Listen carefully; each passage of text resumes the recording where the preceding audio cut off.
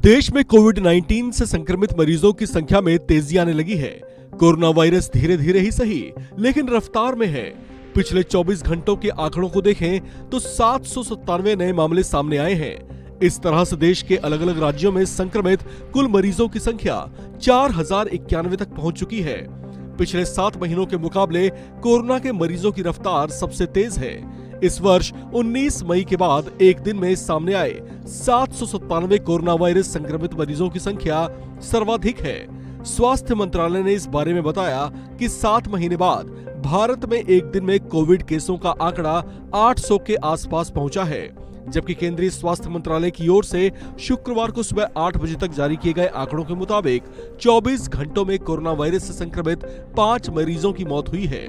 Corona से मरने वाले मरीजों में 2 केरल से, जबकि एक मरीज तमिलनाडु, महाराष्ट्र और पौंडीचेरी से हैं।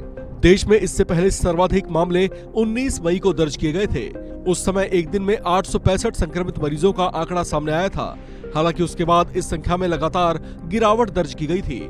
देश में जिस रफ्तार में कोरोना संक्रमित मरीजों की संख्या बढ़ रही है, उसने कुछ चिंता जरूर बढ़ाई है, लेकिन हाल फिलहाल संक्रमितों के लिए बेहतर व्यवस्थाओं के बीच बात ज्यादा चिंता वाली नहीं है। वहीं इसे लेकर WHO या विश्व स्वास्थ्य संगठन की ओर से कहा गया है कि फिलहाल बढ़ते मामलों पर पैनिक होने की आवश्यकता नहीं है, लेकिन इस पर ज्यादा सावधानी बरतने को कहा गया है।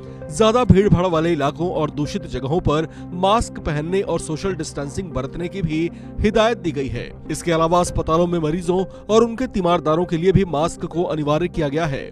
मामूली सर्दी जुकाम पर भी लोगों से डॉक्टरों से परामर्श लेने की हिदायत दी गई है।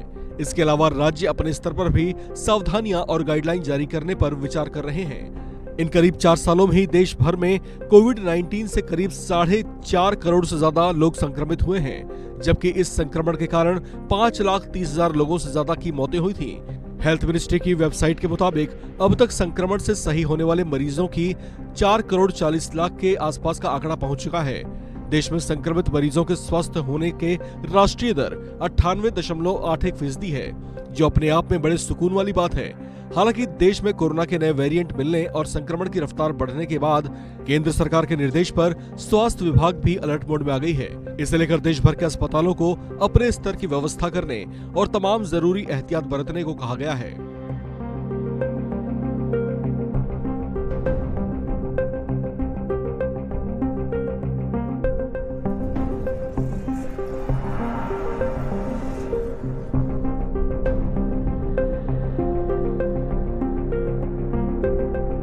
इस खबर में फिलहाल इतना ही। बाकी अपडेट्स के लिए आप बने रहिए वन इंडिया हिंदी के साथ।